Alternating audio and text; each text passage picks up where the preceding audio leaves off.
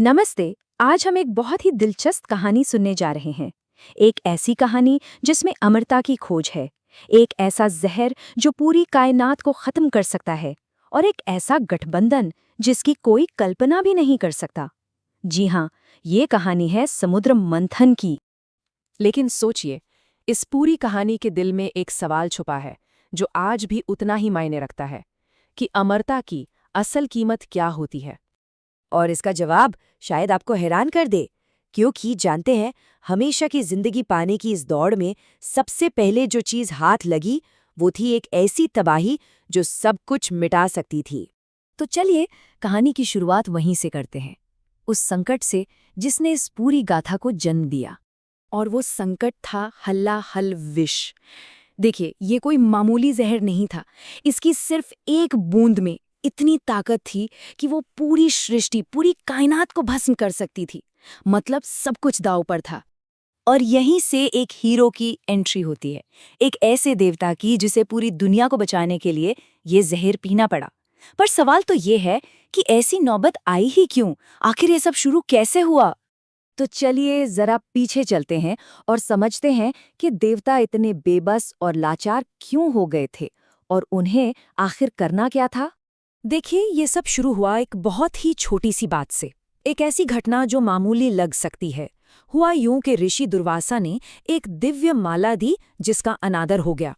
बस ऋषि का गुस्सा देवताओं पर कहर बनकर टूट पड़ा, और देखते ही देखते सारे देवता अपनी शक्ति, अपना तेज, सब कुछ खो बैठे, और पूरे ब्रह्मांड पर असुरों का राज हो गया। अब अपनी खोई हुई ताकत वापस पाने का एक ही रास्ता था। भगवान विष्णु ने एक उपाय बताया, अमृत, यानी वो दिव्य पेय जो अमर बना दे।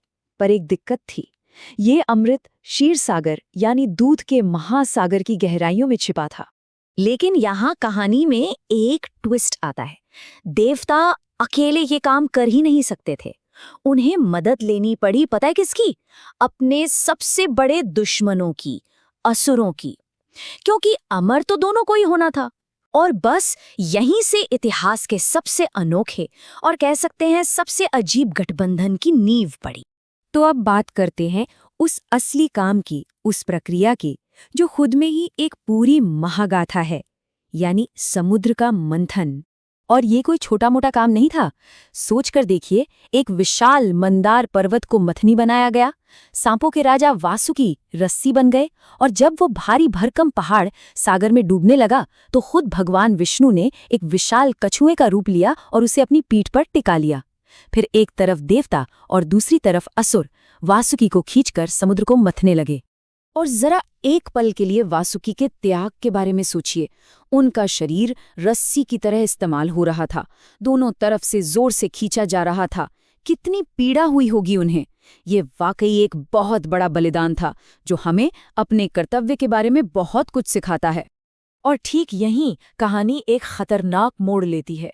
इतनी मेहनत, इतना त्याग, और उसके बाद जो पहली चीज सागर से निकली वो अमृत नहीं था, वो था हलाहल विष। जी हाँ, वही जहर जो पूरी दुनिया को खत्म कर सकता था।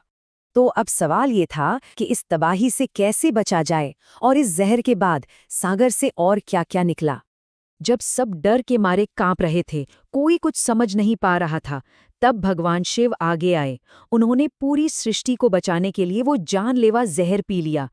लेकिन तभी उनकी पत्नी मां पार्वती ने फौरन उनका गला दबा दिया ताकि वो जहर उनके शरीर में ना फैले और वहीं गले में ही रुक जाए। सोचिए, उस जहर में कितनी शक्ति होगी कि उसने भगवान शिव के गले को हमेशा के लिए नीला कर दिया। और तभी से उनका नाम पड़ा नीलकंठ, यानी नीले गले वाला। ये नाम आज भी उनके उस महान त्याग की कहानी कहता है। खैर, जहर का असर खत्म होने के बाद मंथन फिर से शुरू हुआ, और इस बार, अरे वाह, इस बार सागर से एक से बढ़कर एक दिव्य खजाने, जिन्हें रत्न कहते हैं, निकलने लगे। एक एक करके पूरे 13 और रत्न निकले। और क्या क्या निकला, सुनिए। हर इच्छा पूरी करने वाली गाय कामधेनु, देवराज इंद्र के लिए शानदार सफेद हाथी ऐरावत, धन और वैभव की देवी लक्ष्मी जो भगवान विष्णु की संगिनी बनी। और फिर जब सबका इंतजार अपनी हद पर था, तब दिव्य वैद्य धन्वंतरी अमृत का कलश लेकर प्रकट हुए। तो ठीक है, ये तो हुई कहानी, पर इसका आज के समय में क्या महत्व है? ये प्राचीन कथा हमें आज भी क्या सिखाती है? चलिए इसकी विरासत पर एक नज़र डालते हैं। देखिए, समुद्र मंथन की ये कहानी और इसके किरदार आज भी हमारी संस्कृति और धर्म में जिंदा हैं। मंदिरों में इनकी पूजा होती है, त्योहारों पर इन्हें याद किया जाता है। इस कहानी की घटनाएं आज भी हमारी परंपराओं से सीधे जुड़ी हुई हैं, जैसे श्रावण का पूरा महीना या महाशिवरात्रि का त्योहार। ये सीधे सीधे भगवान शिव के उसी बलिदान को याद करने के लिए हैं। और कहते हैं कि ऋषिकेश में जो नीलकंठ महादेव मंदिर है, वो वही जगह है जहां ये सब हुआ था। तो ये कहानी सिर्फ एक कहानी नहीं, ये हमें निस्वार्थ भाव और कर्तव्य के बारे में बहुत गहरे सबक सिखाती है। और यहीं पर मैं एक सवाल के साथ इस बात को खत्म करना चाहूंगा। ये कहानी सिर्फ देवताओं और असुरों की नहीं है, ये बलिदान की कहानी है।